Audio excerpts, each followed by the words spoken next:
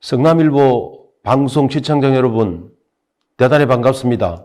오늘부터 김현욱의 바른정치라는 코너로 여러분과 함께 재미나는 정치 얘기를 나누게 될 김현욱 박사입니다. 인사드리겠습니다. 오늘은 그 첫 번째 주제로 21대 총선의 분석과 향후 한국 정치 현안에 대해서 얘기를 나누도록 하겠습니다.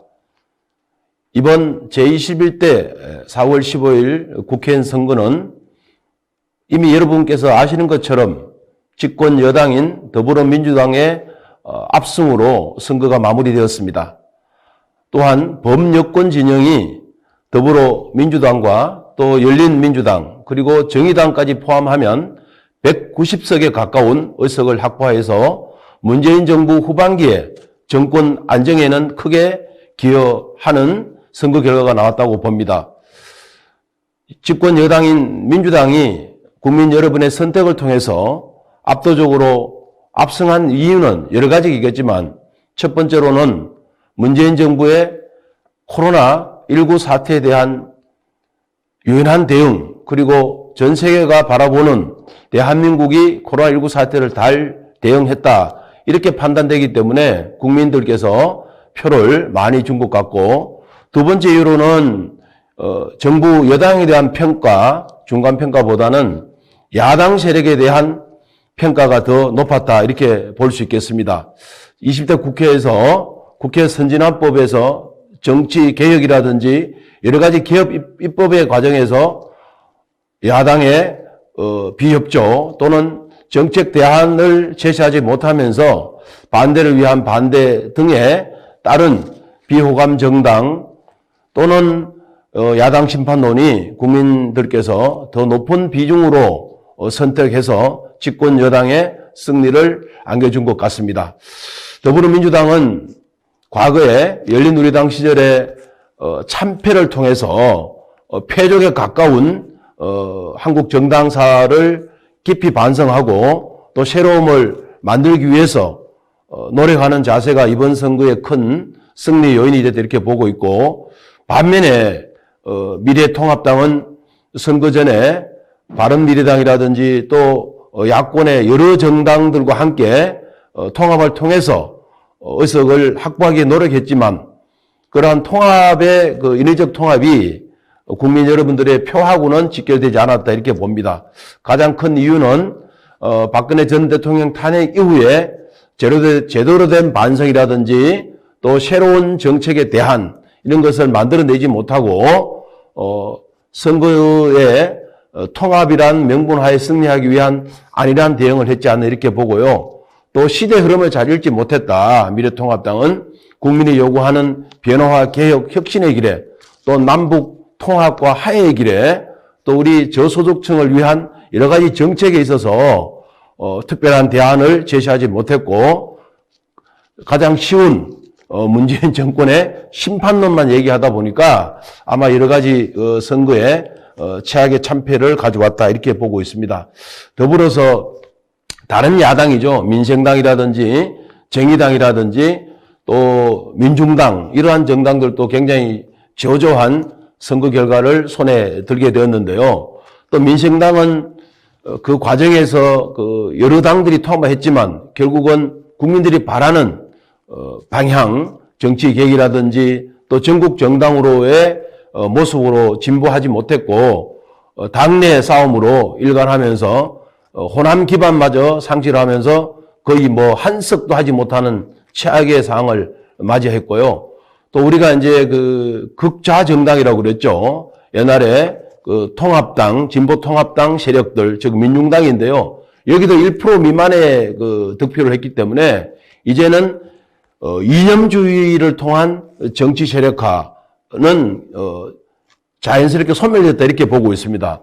앞으로 극좌 운동권 진영의 민중당은 국민과 함께하는 정책 또 민주사회 시민을 기반으로 하는 자유우파의 시장경제 논리도 가미한 새로운 제3의 길을 걸어야 된다 이렇게 보고 있는 것이고요.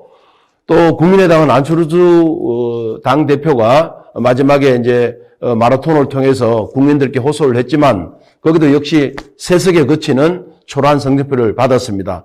그래서 이번 선거의 결과는 거대 양당의 제도가 다시 부활됐고 양당 정치가 앞으로 21대 국회를 이끌어 나갈 것이다 이렇게 보고 있고요. 비례위성장을 통한 연동형 비례대표 도입의 취지도 완전히 무색됐기 때문에 21대 국회에서 새로운 정치 협상이라든지 선거법 개정이 만들어지지 않을까 이렇게 봅니다. 그래서 더불어민주당과 범여권은 검경수사권 조정이라든지 또 공소 설치라든지 또 개헌이라든지 이러한 하두를 던지면서 정권을 또한 정국을 주도해 나갈 것이 예상이 되고 있고 미래통합당은 이제 원내대표 경선이라든지 또 비대위원장이라든지 전당대회를 통해서 새로운 야당으로서 강한 야당으로서의 변한 모습이 필요하다 이렇게 봅니다. 특별히 이제 제1야당인데요. 제1야당은 많이 변해야 할 것으로 예상이 됩니다. 기존에 갖고 있던 유튜브 중심의 극우주의 세력들의 그 목소리가 당 전체에 반영되는 그런 상황을 벗어나서 새로움을 위한 진보 우파의 정신으로 남북 관계에 대한 새로운 패러다임의 구성, 한국 정치를 이끌어가는 새로운 중산층과 서민과 함께하는 정책의 개발, 그리고 자유민주주의 국가의 보수 진영으로서의 큰 틀의 정치를 만들어 나갈 때에 미래가 있다 이렇게 보여지는 것이고요. 특별히 이제 내년에 있을 보궐선거 있죠. 부산시장의 보궐선거, 또 우리 경기도도 아마 보궐선거도 할 수도 있고 안 할 수도 있겠지만 또 가까이 우리 성남시장에 대한 보궐선거, 이러한 내년에 있을 보궐선거에서 야당이 새로운 모습, 새로운 결집력, 국민들께 꿈과 희망을 주는 정치를 실현하면 그 다음에 있는 대선, 그 다음에 있는 또 지방선거에서 선전 또 할 수 있다 이렇게 봅니다. 전국적으로 보면 범여권 세력이 약 40% 이상을 정당 득표를 했고요. 제1야당이 그래도 30% 정도의 득표를 했기 때문에 소수 정당의 한계를 넘어서 30% 이상의 득표를 가지고 잘 앞으로 개혁하고 변화하고 혁신의 길을 가면 좋은 결과도 또 있을 수 있다 이렇게 봅니다. 때문에 앞으로의 그 한국 정치는 양강이죠. 더불어민주당과 범여권 세력 대 야권을 중심으로 한 세력이 서로 협상과 소통을 통해서 한국 정치를 보다 더 한 단계 업그레이드 된 모습으로 변화시켜 주기를 기대하고요. 또 안철수 대표의 국민의당과 미래통합당의 연대, 또 더 나아가서는 대권을 둘러싼 각종 야권 후보들의 경쟁의식을 통해서 자신 있는 정당으로 발전하기를 희망하고요. 더불어민주당은 뭐 대권 후보가 상당히 많지 않습니까? 그러나 야권은 지금부터 천천히 준비해서 대권 후보들을 잘 만들어내고 양성해서 새로운 한국 정치에 기여하기를 바라고요. 특별히 이제 그 후반기부터 원구성이 될 건데 원구성에 있어서의 서로 협치와 소통의 정치를 통해서 국민이 바라는 제22대 국회가 되기를 희망하고요. 또 검경수사권 조정 문제, 이제 7월 1일부터 공소가 설치가 되는데 공소 설치에 따른 여야 협상의 문제라든지 이런 것들이 잘 협의를 통해서 국민들한테 꿈과 희망을 주고 서로 반대를 위한 반대의 정치가 아닌 상생의 정치, 또 협치의 정치를 기대합니다. 개헌 문제가 21대 국회에 큰 화두가 될 것인데요. 사실은 우리가 87, 6월 항쟁 이후에 만들어진 이 헌법은 권력구조 부분에 대해서는 많은 문제점이 있습니다.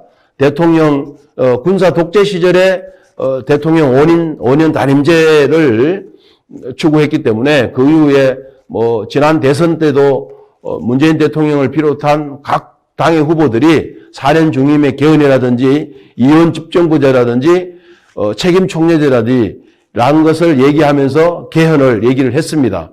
따라서 많은 전문가들과 또 국회와 정부와 국민의 목소리를 담아서 사실 대한민국은 대통령 중심제라고 보기는 어렵습니다. 왜냐하면 장관이 대통령께서 장관을 국회의원 중에 임명을 했어요. 이것은 내각 책임제 요소가 가미되기 때문에 엄밀히 얘기하면 대한민국은 내각 책임제형 대통령제를 가지고 있는 나라입니다. 따라서 여야와 협치를 하는 유럽의 연정이라든지 또 미국의 완벽한 대통령제를 하기 위해서는 우리가 권력구조 부분에 대해서는 충분히 연구도 하고 또 예하가 국회에서 충분히 토론하고 국민의 뜻을 모아서 좋은 방향으로 권력구조도 변경하는 문제도 신중히 검토해야 된다 이렇게 봅니다.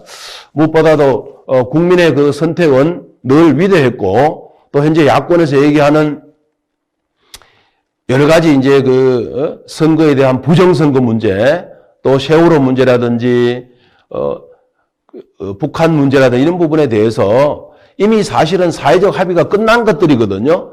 광주 민주화혁명의 문제라든지 세월호 문제라든지 박근혜 대통령의 탄핵의 문제라든지 이 선거 결과의 문제라든지 또 대북 정책에 대해서는 우리 국민들의 사회적 합의가 끝나는 것인데 그것을 다시 소수의 조금 다른 견해와 주장을 바탕으로 해서 또 집권 여당과 사회의 어떤 보수 진영을 홍보하기 위해서 공격하는 부분이 있는데요. 이것은 제가 볼 때는 바람직하지 않다. 선거의 참패에 대한 결과에 대한 분석 또 여러 가지 토론을 위해서 미래지향적인 정책 정당으로 거듭나야 된다 이렇게 보는 것입니다. 광주 민주화운동만 얘기하더라도 이미 유엔 유네스코에서 광주 민주화혁명이라고 해서 세계 기록 유산으로 이미 선정된 것이에요. 유엔에서 2년 동안 나와서 다 검증하고 했는 것이기 때문에 이미 국제적 판결과 사회적 합의가 끝난 문제고 세월호에 대한 문제도 사회적 합의로 긍정적인 방향으로 완결된 사건이고요. 또 박근혜 대통령의 탄핵 문제에 대해서도 이미 헌법재판소라든지 국회를 통해서 합법적인 판결이 난 사항들이란 말입니다. 이거에 대해서 자꾸 부정이라든지 계속 이것이 보수파에 결집시키는 용어로 생각하시는데 그렇게 가서는 안 된다라는 말씀을 여기서 한 번 더 드리고 야권은 진보적 우파라는 생각을 가지고 제3의 길을 걸어야 돼요. 중도에서도 중도 좌쪽에 있는 사람들도 함께 하여서 외연을 확장해서 새로운 중도 보수 우파의 정책을 만들어내는 것이 더 도움이 된다 이렇게 보는 것이고요. 또 마지막으로 이제 더불어민주당과 범여권 세력은 야권과 소통과 협치를 통해서 우리 사회의 모든 문제, 정치라든지 경제 문제라든지 국민들이 힘들고 어려워하는 부동산 문제까지도 서로 협력을 통해서 잘 만들어 나가서 집권 여당이 그래도 더 성숙하게 국정을 잘 운영하는구나 라는 큰 마음의 정치, 큰 정치를 해주기를 기대하고 무엇보다도 코로나19 사태를 통해서 우리 국민들이 많이 힘들고 어려워합니다. 또 소상공인이라든지 영세 자영업자라든지 또 대기업도 수출이 상당히 힘든 부분이거든요. 그래서 21대 국회 초반기는 경제 부흥에 서로 협력을 하고 머리를 맞대서 대한민국 경제가 다시 되어가는데 우선적으로 서로 협치와 소통을 통해서 도와주기를 기대하고 바랍니다. 오늘 간단하게 21대 총선의 분석과 앞으로의 향후 전국에 대해서 얘기를 했습니다. 이제 김현욱의 바른정치는 또 신선한 주제, 또 우리 사회의 이슈가 되는 주제를 가지고 찾아뵙도록 하겠습니다. 오늘 대단히 고맙습니다. 또 뵙도록 하겠습니다.